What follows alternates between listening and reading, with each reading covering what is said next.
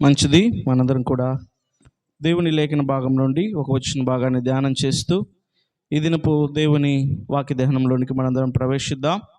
దయచేసి మొదటిగా కీర్తనల గ్రంథము 30వ అధ్యాయము కీర్తనల గ్రంథము 130వ అధ్యాయము కీర్తనల గ్రంథము 130వ అధ్యాయము 5వ వచనాన్ని మనం ధ్యానం చేద్దాం. దయచేసి మన బైబిల్ తెరచి కీర్తనల గ్రంథము 130వ అధ్యాయం 5వ వచనం చూద్దాం.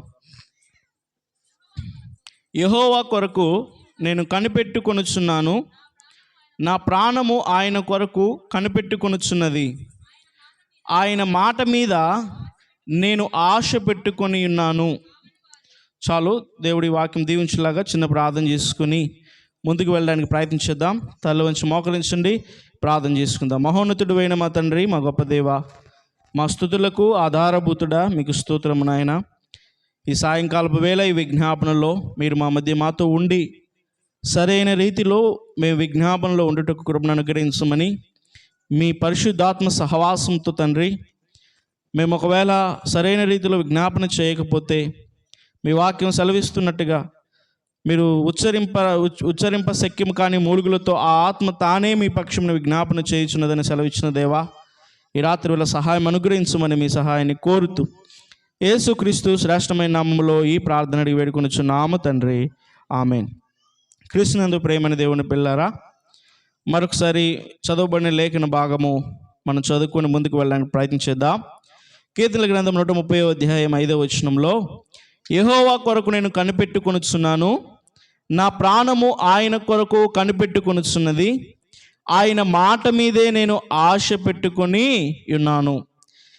వాస్తవానికి లేఖన భాగాన్ని మనం ఆలోచన చేసినప్పుడు మనం నమ్ముకున్న దేవుడు మన ఆరాధికుడు, మన రక్షకుడు, మన ప్రాణ విమోచకుడు, మన కొరకు రక్తం కార్చి అమూల్యమైన శ్రేష్టమైన పరలోకానికి వారసునిగా చేసిన దేవుని కృపను మనం ఆలోచన చేసినప్పుడు ఈ లేఖన భాగం మనకు అర్థమవుతూ ఉంటుంది.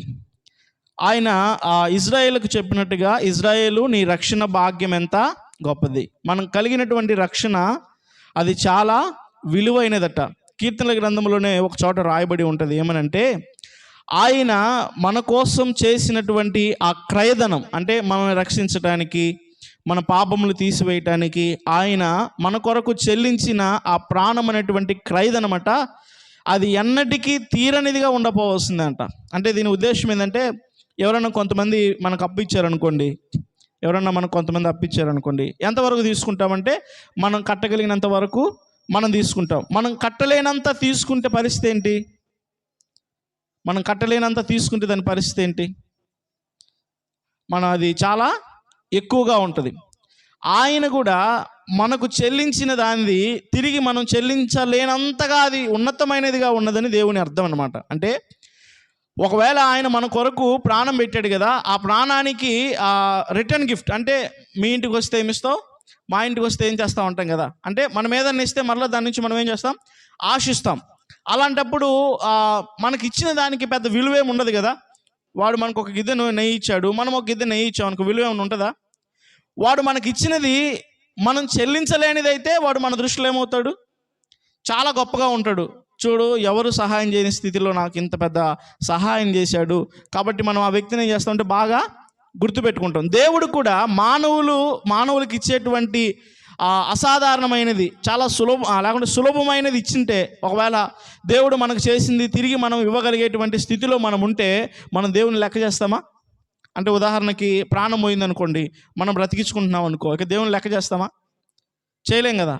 ఆయన మానవులకు పెట్టింది ఏంటంటే, మానవులు తిరిగి చెల్లించలేనిది ఆయన మానవులకు పెట్టాడు. అందుకే ఆయన మన కొరకు చేసిన క్రయధనమట ఇక అలాగే ఉండవలసిందట. నువ్వు ఎంత స్తుతించినా, ఎంత ఆరాధించినా, పాటలు పాడినట్టుగా లోకంలో ఉన్నదంతా పోగేసి ఆయనకి ఇచ్చినా కానీ ఆయన రుణం మనం అంత గొప్పదనమాట. ఆయన అంత గొప్ప ఆ రక్షణను మనకి అనుగ్రహించాడు.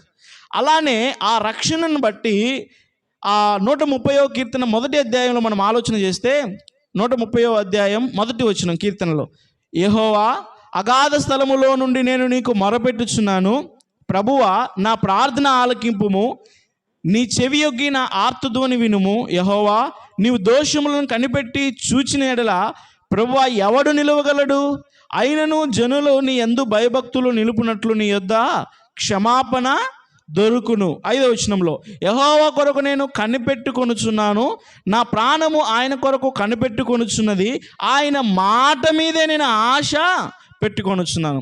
ఏం చేస్తున్నాడట ఈ భక్తుడు? ఆయన మాట మీద ఆశ పెట్టుకున్నాడు. ఏమని అంటే, ఆయన అగాధ స్థలములో నుండి మనం మొరపెట్టిన మనం ఆయన ఏం చేయగలడు? క్షమించగలడు, రక్షించగలడు అనమాట. అంటే ఒకవేళ మనకి ఏదన్నా తలనొప్పి వచ్చింది, మనకి ఎవరన్నా సహాయం చేయాలంటే ఎంత పరిధిలోకి చేయగలరు? మన ఇంటి పక్క వాళ్ళు చేయగలరు, లేకుంటే చీమ కుర్తిలో ఉన్నోళ్ళు చేయగలరు. ఒంగోలు ఉన్నోడు చేయగలడా? వాడు వచ్చి లేకపోతే తల పగిలిపోయింది. దేవుడు అలాంటి వాడు కాదు. మనం ఎలాంటి స్థితిలో ఉన్నా మనం ఆయనకు మొరపెట్టగా ఆయన మన ఆర్తధ్వని వింటే ఖచ్చితంగా ఆయన మనకేం చేస్తారట?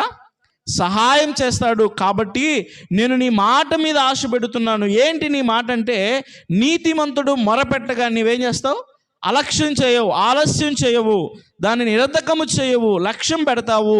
నీతిమంతుడి ప్రార్థనను నీవు లక్ష్యం పెట్టి నీతిమంతుడికి కావలసినవన్నీ నీవు ఎలాగూ తీరుస్తావో అదేవిధంగా నేను నీ మాట మీద ఏం చేస్తున్నాను?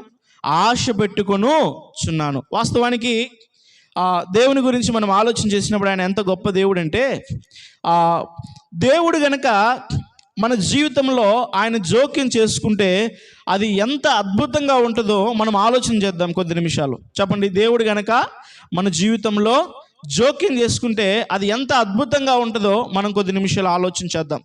వాస్తవానికి ఇజ్రాయేల్ ప్రజలు ఐగుప్తు చెర నుండి వచ్చిన తర్వాత వారు బబులోను దేశానికి చెరగా వెళ్ళిపోతారు. చెప్పండి, ఎక్కడికి వెళ్ళిపోతారు? బబులోను చెరకు వెళ్ళిపోతారు. బబులోను చెరకు వెళ్ళిపోయిన తర్వాత ఆ బబులోను చెరలో ఉన్న వీళ్ళు మొరపెడతారు. ఎవరికి? దేవుడికి మొరపెడతారు. ఏమనంటే, అయ్యా మా పితరులు ఐగుప్తులో 430 సంవత్సరాలు బానిసలుగా ఉన్నారు, మేమిప్పుడు బబులోనులో 70 సంవత్సరాల నుంచి బానిసలుగా ఉన్నాము. మేము కూడా మా పితరుల వలె నీవు మా జీవితాల్లో జోక్యం చేసుకోకపోతే మేము కూడా ఏం చేయాలా? ఇంకా ఎక్కువ ఏళ్ళు బానిసత్వంలోనే ఉంటావు. నీవు జోక్యం చేసుకుంటే మమ్మల్ని నువ్వేం చేయగలవు? ఈ బానిసత్వం నుండి విడిపించగలవు. ఇప్పటికి 70 సంవత్సరాలు అయింది ప్రభువా, నీవు మా జీవితంలో జోక్యం చేసుకో అని చెప్పి బబులోనులో వాళ్ళు ఏం చేస్తారంటే దేవునికి మొర పెడతారు. ఆల్రెడీ అంతకుముందే వాళ్ళు బబులోను చెరకు వెళ్ళిపోయినప్పుడు వాళ్ళకి రాజులు ఉంటారు. చెప్పండి, ఇజ్రాయేల్కి ఏముంటారు? రాజులు ఉంటారు. అయినా కానీ రాజులు కూడా వారిని ఏం చేయలేరు. అలాగే ఇజ్రాయేల్ ప్రజలకు సంబంధించినటువంటి జనాంగం కూడా ఉంటుంది. అంటే వారి బంధువులు, స్నేహితులు అందరూ ఉంటారు. వాళ్ళ రాజు కూడా ఆ చెరలో నుంచి వారిని ఏం చేయలేకపోయాడు? విడిపించలేకపోయాడు. ప్రజలు కూడా వారిని ఏం చేయలేకపోయారు? విడిపించలేకపోయారు. సొంత ప్రజలే ఇజ్రాయేల్ను విడిపించలేక సొంత రాజులే ఆ ఇజ్రాయేల్ను విడిపించలేని సమయంలో దేవుడు ఏం చేస్తాడంటే, కోరేషు అనేటువంటి ఒక అన్యుని ఎంచుకొని ఆ బబులోను చెరలో ఉన్నటువంటి వీరిని ఏం చేస్తారట? బయటికి తీసుకుని వస్తాడు. కారణం ఏంటంటే, వాళ్ళు ప్రార్థన చేస్తున్నారు, నీవు మా జీవితంలో జోక్యం చేసుకోకపోతే మేము మా పితరులు ఎలాగైతే 430 సంవత్సరాలు బందీఖానాలో ఉన్నారో, చెరలో ఉన్నారో, మేము కూడా అలాగ ఉంటాం ప్రభువా, దయచేసి నీవు మా జీవితంలో జోక్యం కలుగజేసుకో అనగానే ఎవరు కూడా సహాయం చేయలేనటువంటి ఆ ప్రజలకి దేవుడే జోక్యం చేసుకొని యెషయా గ్రంథం 45వ అధ్యాయం 2వ వచనంలో కోరహ గురించి ఒక మాట చెప్తాడు. యెషయా గ్రంథం 45వ అధ్యాయము, యెషయా గ్రంథం 45వ అధ్యాయం మొదటి నుంచి చూద్దాం. అతని పక్షమున జనములు జయించుటకు నేను అతని కుడి చేతిని పట్టుకొని ఉన్నాను. నేను రాజును నడికట్టును విప్పుదును, ద్వారములు అతని ఎదుట వేయబడక తలుపులు తీసేదను అని యెహోవా తాను అభిషేకించిన కోరేషును గూర్చి సెలవిచ్చుచున్నాడు. నేను నీకు ముందుగా పోవచ్చు మెట్టగానున్న స్థలములను సరాలం చేసేదను, ఇత్తడి తలుపులను పగలగొట్టేదను, ఇనుప గడియలను విరగొట్టేదను, పేరు పెట్టి నిన్ను పిలిచిన ఇజ్రాయేలు దేవుడినైన యెహోవాను నేనే అని నీవు తెలుసుకున్నట్లు అంధకార స్థలములో ఉంచబడిన నిధులను రహస్య స్థలములోని మరుగైన ధనమును నీకు ఇచ్చేదను.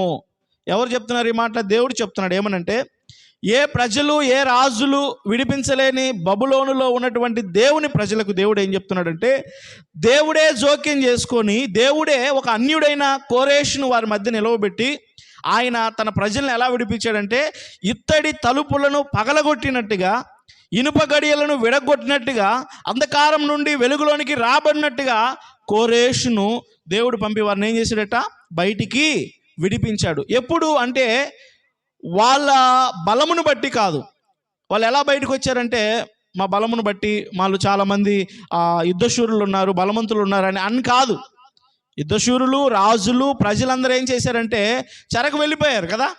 వాళ్ళు ఆ దేశం మీదకి వచ్చి ఆ దేశంలో ఉన్నటువంటి ఇజ్రాయేలును ఓడించి ప్రజలను ఏం చేశారు, వాళ్ళు చెరకు తీసుకువెళ్ళారు. ఇక ఏ సహాయం వారికి లేనప్పుడు దేవుడే వారి పక్షంన జోక్యం చేసుకొని ఒక అన్యుడైన కోరేషును దేవుడు నిలవబెట్టి ఇత్తడి తలుపులను పగలగొట్టినట్టుగా, ఇంకా ఇనప గడియలను వెరగొట్టినట్టుగా ఆ అంధకారమైన ఆ ఊబి నుండి వారిని ఏం చేశాడట, కోరేషు బయటికి తీసుకొచ్చాడు. ఇలా కోరేషే కాదు, అనేక మంది భక్తులు, దానియేలు, వీరందరూ కూడా భక్తులను చెర నుండి ఏం చేశారు, బయటికి విడిపించారు. కారణం ఏంటంటే దేవుడు జోక్యం చేసుకున్నాడు కాబట్టి వారు బయటికి వచ్చారు.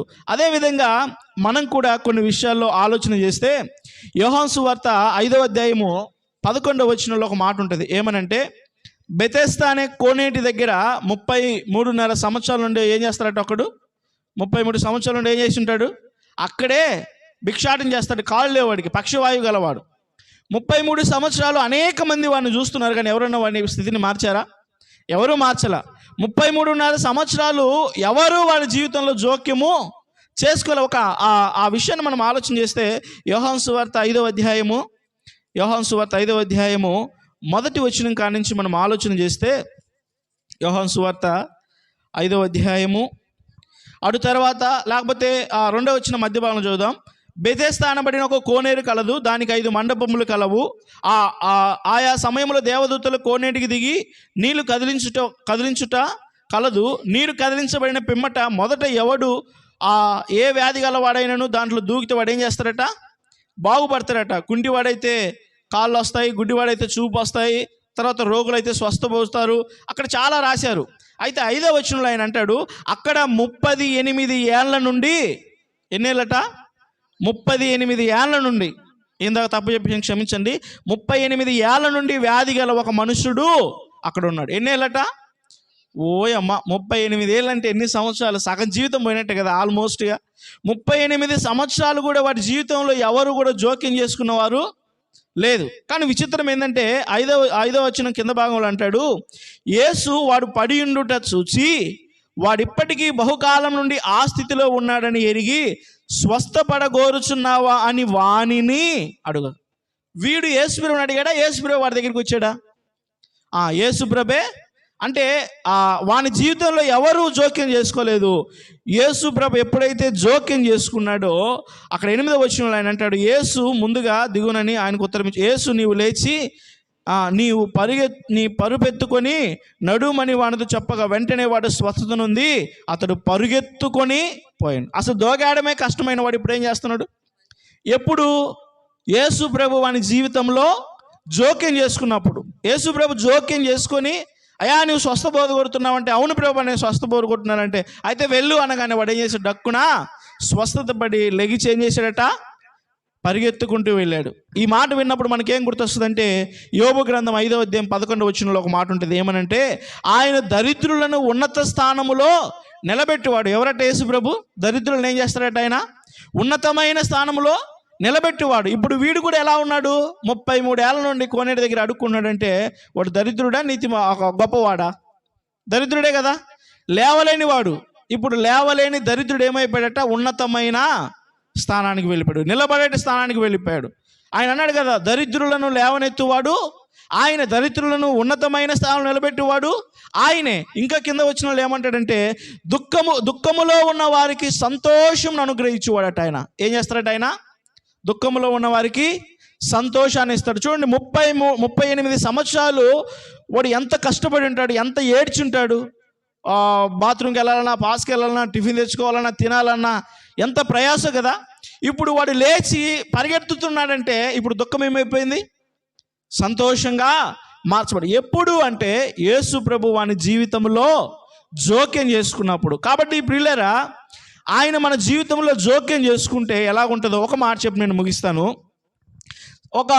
బైబిల్లో ఒక వ్యక్తి ఉంటాడు. ఆ వ్యక్తి ఏం చేస్తాడంటే, సమాధుల దగ్గర కూర్చొని రాళ్ళు తీసుకొని శరీరాన్ని, తలని బాగా కొట్టుకుంటూ ఉంటాడు. రక్తం గారెట్టుగా కొట్టుకుంటూ ఉంటే యేసుప్రభు మార్గంలో వచ్చి అప్పుడు ఏం చేస్తాడంటే గద్దిస్తాడు. వాడిని గద్దించి అక్కడ యేసుప్రభు అన్న మాట ఏంటంటే వాడిలో 6,000 దయ్యాలు ఉన్నాయట. ఎన్ని దయ్యాలు? 6,000 దయ్యాలు ఉండబట్టి వాడు సమాధులు ఏం చేస్తున్నాడట, వారి శరీరాన్ని నలగొట్టుకుంటూ ఉన్నప్పుడు యేసుప్రభు వాడిని జోక్యం చేసుకొని వెంటనే యేసుప్రభు ఏం చేస్తారంటే ఆ 6,000 దయ్యాలని దేవుడు గద్దించినప్పుడు, నువ్వు అప్పుడే వచ్చావా, నీ రాకడ అప్పుడే వచ్చిందని దయ్యాలు మొరపెడతాయి మమ్మల్ని ఏం చేయగాకని. అప్పుడు ఏం చేస్తారంటే, సరే అయితే ఏం చేయమంటే మమ్మల్ని అప్పుడే ఆ మార్గమున పందులు పోతుంటే మమ్మల్ని ఆ పందుల్లోనికి పంపించనగానే యేసుప్రభు ఏం చేస్తాడు, పందుల్లోనికి 2,000 పందుల్లోకి 6,000 దయ్యాలను పంపిస్తాడు. వెంటనే ఆ దయ్యాలు ఏం చేస్తాయి, ఆ పందులు ఏం చేస్తాయంటే ఆ సముద్రంలో పడి చనిపోతాయి. వాస్తవానికి ఇక్కడ మనం ఆలోచన చేస్తే అదే దయ్యాలు కనుక వీళ్ళలో ఉంటే వీడిని ఏం చేయాలి, అవి ఖచ్చితంగా మరణానికి అప్పగించాలి. అంటే ఇప్పుడు వీడే వెళ్ళి ఆ నీళ్ళలో దూకి చావాలి, అంటే నీళ్ళల్లో కానీ లేకుంటే ఆరోగ్యం క్షీణించుకొని కానీ లేకపోతే రోగంలో పడి కానీ. వాస్తవానికి వాడిలో ఉన్న దయ్యాలు ఎలాంటివి అంటే వాడిని నరకానికి తీసుకుపోయాయి. అయితే యేసుప్రభు ఎప్పుడైతే జోక్యం చేసుకున్నాడో ఇప్పుడు వాడు మరణ పానుపుకి వెళ్ళవలసిన వాడు ఇప్పుడు ఏమైపోయాడు, అతనిలో ఉన్న దయ్యాలన్నీ వెళ్ళిపోక అతను ఏమైపోయాడు, స్వస్థ పొందాడు. అంటే ఇప్పుడు మరణించడానికి అవకాశము లేదు. దయ్యాలు ఉంటే ఆ దయ్యాలు ఖచ్చితంగా ఎప్పుడో ఒక చోట, మనం కూడా లోకంలో అప్పుడప్పుడు చూస్తుంటాం, పిచ్చి పిచ్చి సాతాన శాస్త్రాలు చూస్తూ ఉంటాం. నేను ఈయన తీసుకెళ్తా, ఈయన చంపేస్తా అంటూ ఉంటాయి లేదా, అంటే బ్రతకనివ్వు అంటే ఆ ఆలోచన తెస్తాయి. అంటే వాడికి చంపేంత ధైర్యం లేదు, కానీ మనల్ని ఏం చేస్తాయంటే ఆ చనిపోయే స్థితికి తీసుకువెళ్ళి నిర్ణయం మనకు విడిచిపెడుతుంది. ఆ టైంలో మన హృదయం మన మనసు ఆలోచన చేయక వెంటనే మనం సూసైడ్ చేసుకుంటాం. కానీ ఆ దయ్యం కూడా తనలో ఉంటే, ఆ 6,000 దయ్యాలు కూడా తనలో ఉంటే ఖచ్చితంగా వాడు ఏం చేసేవాడు, వాడు కూడా నీళ్ళలో దూకేవాడు. కానీ విచిత్రం ఏంటంటే ఆయన మన జీవితంలో జోక్యం చేసుకుంటే మనం కూడా ఏం చేయబడ్డ వాళ్ళమంటే, మనం కూడా ఏం చేయబడతాం, మనం కూడా పాపానికి అప్పచెప్పవలసిన వారమే, మనం కూడా కొన్ని సందర్భాలలో పడిపోయేవారమే, మనం కూడా ఒక్కోసారి ఏం చేసేవాళ్ళమంటే మరణానికి అప్పగించే వాళ్ళమే. అయితే ఆయన మన జీవితంలో జోక్యం చేసుకోవడం ద్వారా మనకు రావలసినవి దేవుడు మన నుండి ఏం చేశాడట, దూరం చేశాడు. మనకు రావాల్సిన ఆయన ఏం చేశాడు, మనకి దూరం చేశాడు. కొన్ని సందర్భాల్లో మనం ప్రభు కొరకు ఏ మంచి కార్యం చేయకపోయినా ఆయన మన జీవితంలో ఏం చేస్తాడంటే అద్భుతాలు చేస్తాడు. కొన్నిసార్లు ప్రమాదాలు జరుగుతూ ఉంటాయి. ఒకసారి అయితే నేను ఏం చేశానంటే ఆంధ్ర బ్యాంక్ దగ్గర బోండాలు తీసుకుందామని వెళ్ళా మధ్యాహ్నం. ఆ బోండాలు తీసుకొని అలా తీసుకుందామని బండి అటు తిప్పుతూ ఉన్నా, నేను చూస్తూనే ఉన్నా, పోలీస్ స్టేషన్ కానించి బండి వస్తుంది, పెద్ద బండి, అంతకుముందు నారాజన దగ్గర ఉన్న పెద్ద బండి, అట్లాంటి బండి కారు వస్తుంది. నేను చూస్తూ ఉన్నా, నేను సడన్గా ఇటు చూశాను, కారు ఎట్లా వస్తుందంటే ఆ పోలీస్ స్టేషన్ దాటిన తర్వాత కారులో ఉన్నాడు బ్రేక్ మీద ఇట్లా కాలేసి పైకి లేచి నాకు కనపడ్డది. అంటే నేను సడన్గా వచ్చేసరికి వాడికి భయం వేసి వెంటనే బ్రేక్ మీద కాలేస్తే అందరు ఇట్లా వేసారు, స్టీరింగ్ పట్టుకున్నాడు కూడా, నేను కనపడ్డా, నాకు ఆ దృశ్యం కనపడింది. జస్ట్ ఒక 2 అంగుళాల మధ్యలో కారు వచ్చి ఆగిపోయింది. పక్కనే సాక్షి రిపోర్టర్ ఉన్నాడు, మామూలు పేపర్లో న్యూస్లు వేస్తారు కదా, అతను నాతో అంటున్నాడు బోనాలు గడుచుకుంటే, ఒకవేళ నీకు ఏదైనా జరిగితే ఈ న్యూస్ నేనే పేపర్లు వేసేవాడిని అంటున్నాడు ఆయన. అంటే ఆ ప్రమాదాన్ని తగ్గించేది ఎవరు, తప్పించేది ఎవరు? ఆయన జోక్యం చేసుకోకపోతే కథం. ఓ భక్తుడు అంటాడు, ఆయన ఒకసారి హైదరాబాద్ నుంచి కారు వేసుకొని వస్తుంటే ఒక 120 స్పీడ్, అంటే పెద్ద స్పీడ్ అనమాట. లోపల వాళ్ళ అమ్మ చెబుతుందంట, చిన్నగా వెళ్ళు బాబు అంటే స్పీడ్గా సరే ఒక 10 తగ్గించారు, ఆయన స్పీడ్గా వెళ్తున్నాడంట. ఎదురుగా ఒక బర్రె వచ్చిందంట, కొట్టడం కాలు 4 పల్టీలు కొట్టి వెళ్ళిందంట. కానీ వీళ్ళు ఎవరికి ఏమీ కాలేదు. దిగి చూస్తే ఆ ఎదురుగా వచ్చిన బర్రె ఏమైపోయింది, చచ్చిపోయింది. ఇప్పుడు ఆయన అంటాడు, ఆయన కనుక నా జీవితంలో జోక్యం చేసుకోకపోతే ఇప్పుడు కారులో ఉన్న వాళ్ళు ఎవరో ఒకరు ఏమవ్వాలా, ఖచ్చితంగా చనిపోవాలి. మాకు రావాల్సిన మరణము ఆయన మా జీవితంలో జోక్యం చేసుకుని ఎవరికి ఇచ్చాడు? ఆయన జోక్యం చేసుకోకపోతే మనం కూడా చాలాసార్లు మనకు తెలీదు, అబ్జర్వ్ చేయము, మనం కూడా ఎన్నో ప్రమాదాలలో, ఇరుకులలో, ఇబ్బందులలో మనం కూడా ఏం చేసేవాళ్ళం అంటే అపాయానికి గురయ్యే వాళ్ళం. కానీ ఆయన జోక్యం చేసుకోవడం ద్వారా మనల్ని ఏం చేశాడు, ప్రభు రక్షించుకుంటూ కాపాడుకుంటూ ఆయన వచ్చాడు. మనకు తెలియదు ఆయన మన జీవితంలో ఎన్నో అద్భుత కార్యాలు చేసే ఉంటాడు. కానీ కొంతమంది వాటిని గ్రహించి దేవునికి సాక్ష్యం చెప్తారు, కొంతమంది భయపడి వాటిని చెప్పుకోరు. కాబట్టి ఈ రాత్రి వేళ మనం కూడా కీర్తనల గ్రంథంలో ఆయన అన్నట్టు, దేవా నేను అంధకారములో నుండి మొరపెట్టినా నీవు ఆలకిస్తావు, నా ప్రార్థనను నీ చెవికి వినపడేటట్టుగా నీవు చెవినివ్వు, నేను నీ మాట మీద నేనేం చేశాను, ఆశ పెట్టుకొని ఉన్నాను. ఏంటి ఆ ఆశ అంటే ఆయన మనలో జోక్యం చేసుకుంటే మన పరిస్థితులు ఏమవుతాయి, మార్చబడతా ఉంటాయి, మధురంగా మార్చబడుతుంది. మారా వంటి జీవితము మధురంగా మార్చబడుతుంది. కాబట్టి ఈ విజ్ఞాపనలో మనం కూడా ప్రభుని వేడుకుందాం. ఆయన మనకు సమీపంగా ఉన్నవాడు, మన ప్రార్థన ఆలకించువాడు. మనము ఏది చెప్పినా అది చేయుటకు సమర్థుడు ఆయన. నేను అడిగితే ఇది ఆయన చేయలేడేమో అనుకునే దేవుడు కాదు. కాబట్టి ఈ విజ్ఞాపనలో మనం కూడా ప్రభుని అడుగుదాం. ప్రభువా, కొన్ని సందర్భాల్లో నీవు నాకు జోక్యం చేసుకున్నావు, నేను గమనించలేకపోయాను. ఇక కూడా నేను ఎక్కడైనా పడిపోతూ ఉంటే, అంటే కుటుంబం కానీ పిల్లలు కానీ పరిస్థితులు కానీ మనకు తెలియకుండా ఒక మార్గంలో వెళ్ళిపోతుంటే నీవు జోక్యం చేసుకో ప్రభువా, నా ప్రార్థన విను, నా విజ్ఞాపన విను అని ఆయనకు ప్రార్థించగా మన విజ్ఞాపన ఆయన ఏం చేస్తారట? ఆలకించు దేవుడై ఉన్నాడు. కాబట్టి ఇట్టి మాటల చేత మనందరం బలపరచబడి ఈ విజ్ఞాపనలో ముందు వెళ్ళడానికి ప్రయత్నించేద్దాం. తల వంచి మోకరించండి, ప్రార్థన చేసుకుందాం. ప్రార్థన. మా రక్షణకు కారణభూతుడు అయిన మా దేవా, మీ నామమును స్తుతిస్తూ గణపరుస్తున్నాం. మా జీవితంలో మరొక దినాన్ని మాకు అనుగ్రహించి ఈ విజ్ఞాపనలో మీ సన్నిధిలో సాగిలపడ్డానికి కృపను చూపారు. వందనాలయ్యా. గడిచిన తండ్రి ఆదివారం నుండి మరలా ఈ శనివారం ముగింపు వరకు కూడా మీ కృపను మా ఎడలో చూపారు తండ్రి. మేము ఒకవేళ ఏదైనా మాటల్లో, చూపుల్లో, నడకల్లో మేము ఒకవేళ పడిపోయి ఉంటే తండ్రి, ఈ రాత్రి వేళ విజ్ఞాపనలో మాకు క్షమాపణ అనుగ్రహించి, క్షమాపణ పొందినట్లు కృపను అనుగ్రహించి, రేపటి పరిశుద్ధ దినంలో మేమందరం క్రమంగా పరిశుద్ధముగా మంచి హృదయంతో మీ బలలో చేవేస్తూ కృపను అనుగ్రహించమని ఈ విజ్ఞాపనలో వేడుకుంటున్నాం తండ్రి. మాలో ఏ మంచి లేదు, మేము అనేక విషయాల్లో తప్పిపోయిన వారిగా ఉన్నాం, ఒప్పుకుంటూ ఉన్నాం తండ్రి. దయచేసి మా ప్రార్థన విని క్షమాపణ మాకు అనుగ్రహించమని మిమ్మల్ని వేడుకుంటూ ఉండగా ఈ విజ్ఞాపనలో తండ్రి మేమందరము ధన్యులమై వెళ్ళి కృపను అనుగ్రహించమని వేడుతున్నాం. రేపటి దినాన్ని స్థిరపరచండి. మేమందరము సిద్ధపాటు కలిగి వాక్యంలో, ప్రార్థనలో, ఆరాధనలో ముందుగా ఉండే కృపను అనుగ్రహించి మీకే మొదట ప్రాధాన్యత ఇచ్చి దేవా మీ సన్నిధిలో ఉండే కృపను అనుగ్రహించమని మీ సహాయాన్ని కోరుతున్నాం. ఇంతవరకు మీ సన్నిధి మా మధ్య ఉంచి మీ వాక్యపు వెలుగులను మాకు అర్థం చేసి మమ్మల్ని పోషించిన ఇజ్రాయెల్ దేవుని స్తుతిస్తూ కనపరుస్తూ యేసుక్రీస్తు శ్రేష్టమైన నామములో ఈ ప్రార్థన అడిగి వేడుకొనుచున్నాము తండ్రి. Amen, amen. మీ అందరికీ వందనాలు. ఇంతటితో కొనసాగించబడింది. Praise lord.